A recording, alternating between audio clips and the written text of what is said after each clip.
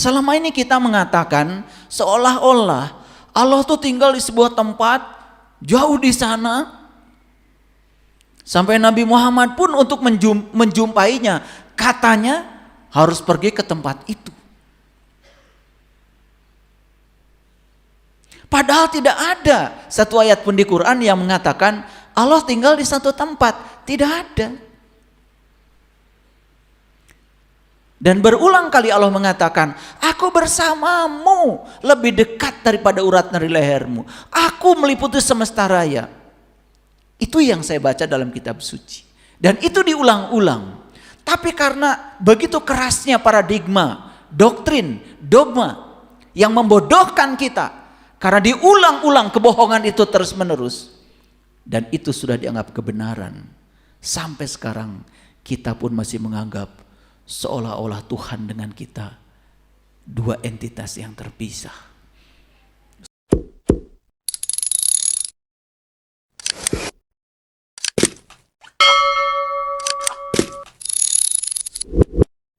Kalbu mereka tidak digunakan untuk memahami tanda-tanda Allah. Mereka seperti hewan ternak, bahkan lebih sesat lagi. Pagi-pagi saya sedang berjemur, ada orang yang lewat. Saya tahu mau menyampaikan sesuatu pada saya, tapi dia nggak berani. Ketika sudah lewat saya panggil,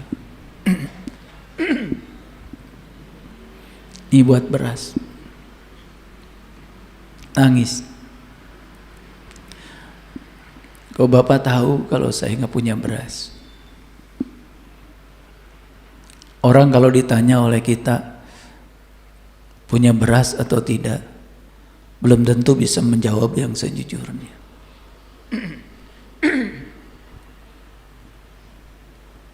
Pagi-pagi sudah ada orang yang datang. Gak saya suruh, gak apa. Udah bereskan taman, udah nyapu halaman. Saya tahu ada yang mau dibicarakan sama saya. Saya tegur, ada apa kamu? Gak penting bagi saya nyapu taman, nyapu halaman, biasanya juga enggak. Sambil menangis, anak saya sampai sekarang belum diterima rapotnya karena tertunggak 1 juta. Ya, saya masuk kamar, saya kasih. Udah nggak usah bereskan taman, ambil dulu rapot anakmu. Nangis.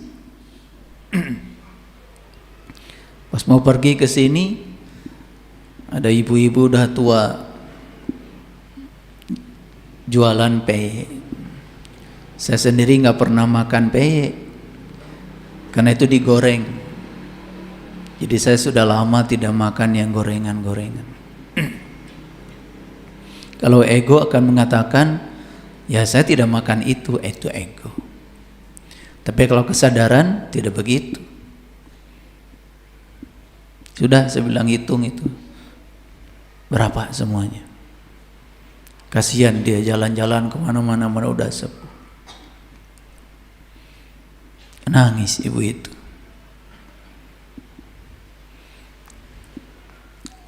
Jadi kalau kita selalu bertekad setiap bangun tidur itu ingin menjadi sumber cinta, sumber kebahagiaan. Dalam sekejap aja, dalam perjalanan hidup kita bisa membahagiakan banyak orang. Ya. Coba biasakan seperti itu. Lakukan segala sesuatu tanpa syarat. Jangan banyak berhitung. Sebaik-baiknya manusia adalah yang bermanfaat untuk yang lainnya.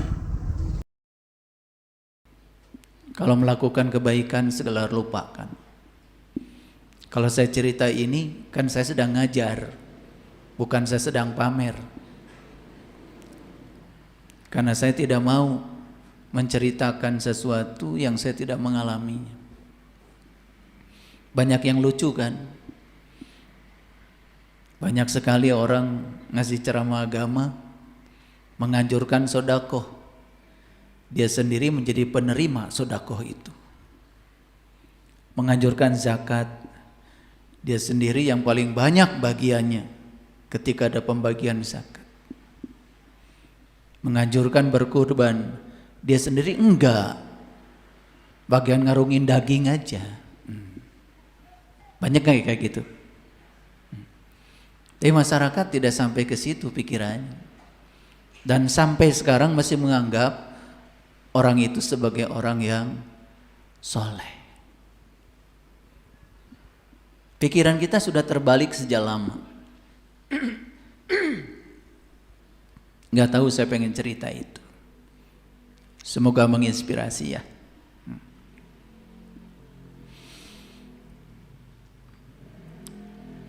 Segala puji hanya milik Allah, sang kehadiran, sang keberadaan. Beliau adalah Rabbul Alamin, yang menguasai seluruh semesta raya, yang meliputi seluruh makhluknya tanpa batas, yang memenuhi seluruh ruang kosong, dan tidak ada satu ruang pun di semesta ini tanpa kehadirannya, yang maha memenuhi segala kebutuhan setiap makhluknya tanpa batas, yang cintanya tanpa batas, yang tidak pernah menghukum tetapi selalu mengajak kita untuk kembali kepadanya, yang tidak pernah mengutuk, tidak pernah mengazab. Seburuk apapun perilaku kita, Dia hanya memanggil kita supaya kita pulang ke dalam pangkuannya. Orang itu mah kita puji Dia bersama-sama membaca hamdalah, alhamdulillahi rabbil alamin. Allah Maha Pengasih lagi Maha Penyayang. Mari kita awali kajian kita saat ini dengan terus menyadari kehadirannya. Dia tidak pernah tertidur, tidak pernah terkantuk, senantiasa bekerja untuk memenuhi seluruh kebutuhan setiap makhluknya tanpa batas. Dia tidak pernah merasa berat untuk mengurusi semua kebutuhan makhluknya, karena Dia maha segalanya. Mari kita mohon ridhonya, mohon berkahnya. Kiranya ilmu yang dialirkan semesta kepada kita di pagi yang penuh berkah ini membangkitkan kesadaran kita, membangunkan tidur panjang kita, mengingatkan segala yang lupa dalam diri kita. Kita sapa asmanya dengan kelembutan dan cinta seraya membaca basmalah. Bismillahirrahmanirrahim. Topik kita hari ini, saya akan membuka rahasia tentang ayat kursi. Oleh karena itu maka judul kajian kita hari ini adalah Kursi Allah meliputi langit dan bumi. Hati-hati ya. Saya duduk di kursi. Kalau saya duduk di kursi ini, antara saya dengan kursi sesuatu yang berbeda.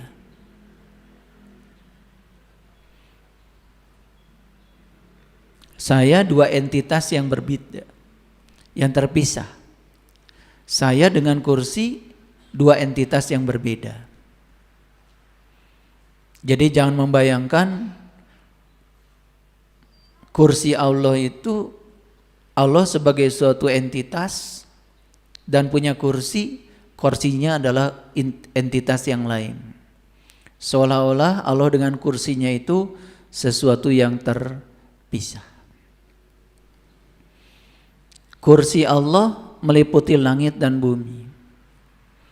Banyak sekali para mufassirin memberikan tafsir tentang pernyataan ini, dan saya tidak akan menyampaikan semuanya. Saya akan menyampaikan yang kira-kira koheren dengan akal kita, bisa dibuktikan, dan pemahaman ini memberikan dampak yang pragmatis untuk kehidupan kita. Kursi Allah meliputi langit dan bumi. Kursi kekuasaan Allah meliputi seluruh alam semesta.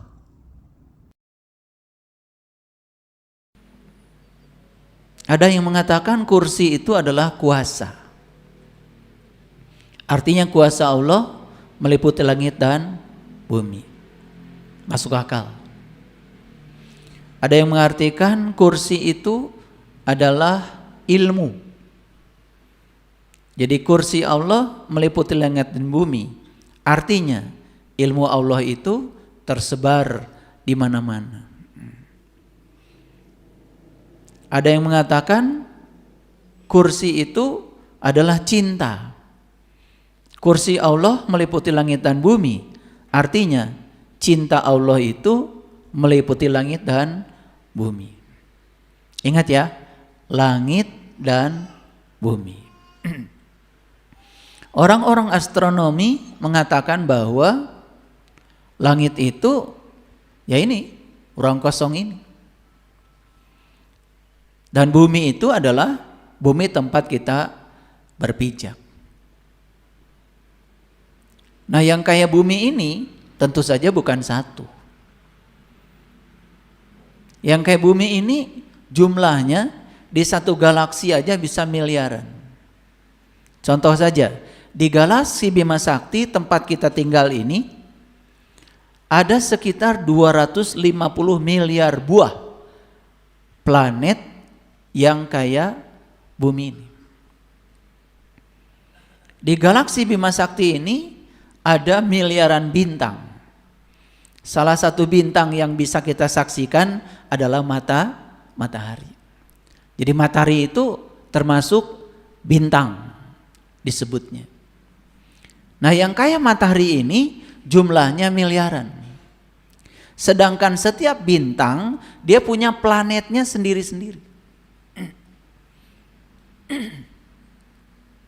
Sudah bisa dibayangkan ya, satu bintang yang bernama matahari saja setidak-tidaknya sudah ditemukan ada 9 planet yang mengitarinya. Salah satunya adalah bumi. Ada Mars, ada Jupiter, ada Venus, ada Saturnus. Itu. Dulu Pluto juga dianggap planet, tapi para ilmuwan mengatakan Pluto tidak termasuk planet. Di setiap planet ada satelitnya lagi, bayangkan. Bumi kita ini punya satelit namanya bulan. Jadi untuk setiap planet ada satelitnya lagi. Bayangkan betapa kompleksnya alam semesta ini. Nah, Allah itu kursinya meliputi langit dan bumi. Allah Maha meliputi segala sesuatu.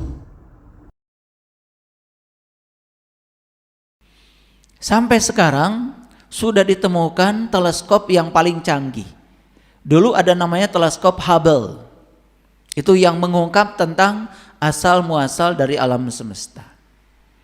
Sehingga teleskop Hubble pertama kali bisa memotret yang namanya mawar merah. Itu yang kemudian disebut supernova. Dan ketika teleskop Hubble bisa menangkap mawar merah itu, supernova itu, dari situlah kemudian semua ilmuwan menduga-duga tentang asal usul alam semesta, sehingga muncullah berbagai teori tentang alam semesta. Salah satu teori yang dikenal sampai sekarang namanya teori Big Bang, yaitu ledakan besar dari alam semesta.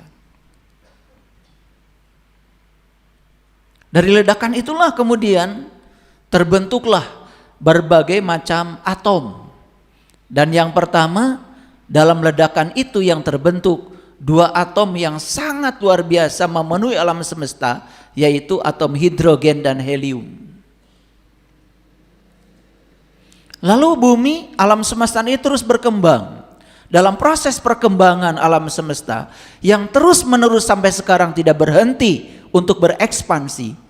Bahkan sekarang pun mungkin di tempat yang lain sedang terbentuk planet-planet baru yang tidak bisa diamati oleh kita saking jauhnya, saking luasnya. Sementara kita yang tidak belajar astronomi menganggap seolah-olah ya, yang namanya kehidupan itu hanya bumi ini dan matahari dan bulan. Karena itu yang kita kenal sejak dari kecil. Karena kita tidak pernah belajar astronomi. Bisa dibayangkan ya, orang-orang yang sempit seperti itu sudut pandangnya cerita tentang alam semesta. Itu seperti seekor katak yang tinggal di sumur dan dia mengatakan bahwa dunia itu ya sumur tempat dia tinggal. Sangat berbeda dengan seekor burung elang yang setiap hari terus terbang melintasi gunung, melintasi laut, dan dia mengatakan dunia itu tidak seperti yang kamu bayangkan. Itu dialog antara burung elang dengan katak. Lahir di sumur, besar di sumur, dapat pendidikan di sumur, bergaul dengan orang-orang, binatang-binatang yang sesumur dengan dia, dan dia mengambil kesimpulan seolah-olah dunia itu adalah sumur tempat dia tinggal. Makanya ada istilah seperti katak dalam sumur. Sesungguhnya hanya orang yang berakal sehat yang dapat menerima pelajaran. Ya.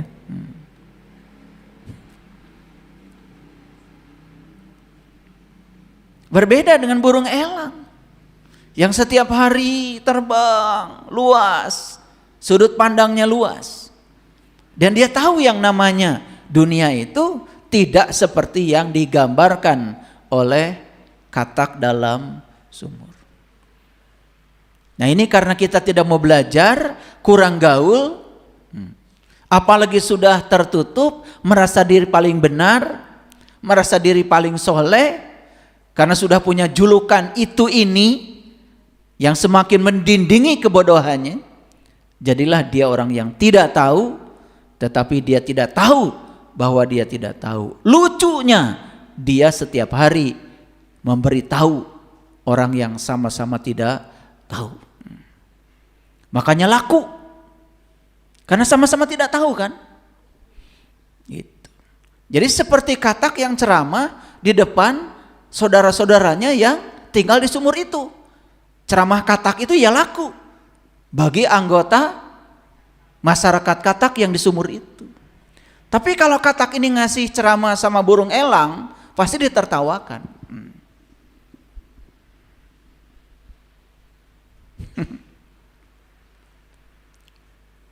Saya kasih gambaran yang sederhana supaya ngerti. Ya, makanya beruntunglah orang yang tidak tahu, tapi dia tahu. Kalau dia tidak tahu, dari sekian banyak katak yang tinggal di sumur itu, ternyata ada katak yang sadar. Lalu dia bilang sama burung elang, bisa nggak saya ikuti punggung kamu? Biar saya bisa keluar dari kebodohan ini. Dan dia berpegang di punggung burung elang. Saat itu dia bawa menuju angkasa tanpa batas. Saat itulah katak mengalami pencerahan. Mau nggak kayak katak seperti itu? Syaratnya cuma satu, mau nggak kita membuka diri?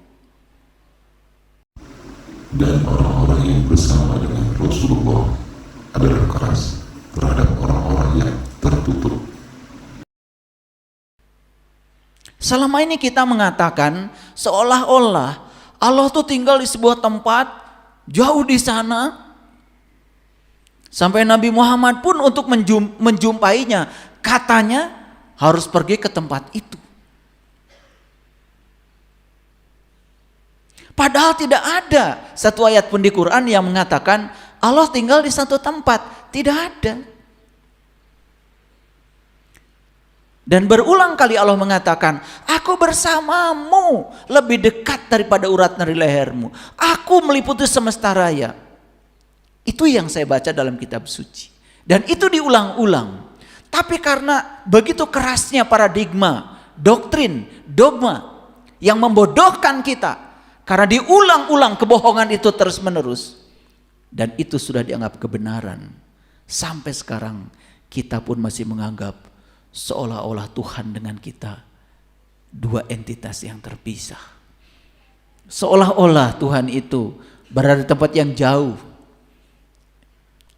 Dan kita harus merengek-rengek kepada Dia untuk memenuhi segala keinginan kita. Dan banyak yang mengajarkan teknik-teknik untuk mengatur agar Tuhan takluk pada segala keinginan kita. Yang kemudian diberi judul supaya lebih spiritualis. Teknik itu diberi nama doa. Dan seolah-olah Tuhan itu mengenal kita lewat agama kita. Seolah-olah Tuhan mengenal kita lewat nama kita. Seolah-olah Tuhan mengenal kita lewat identitas yang ditulis di KTP kita. KTP itu hanya berlaku buat bank, Pak RT, Pak RW, dan Tuhan tidak mengenal kita dari KTP kita. Tuhan hanya mengenal kita dari energi kita. Tuhan hanya mengenal kita dari frekuensi, vibrasi yang kita pancarkan oleh kita sendiri. Allah tidak melihat rupa dan hartamu, tapi Allah melihat hati dan amalmu.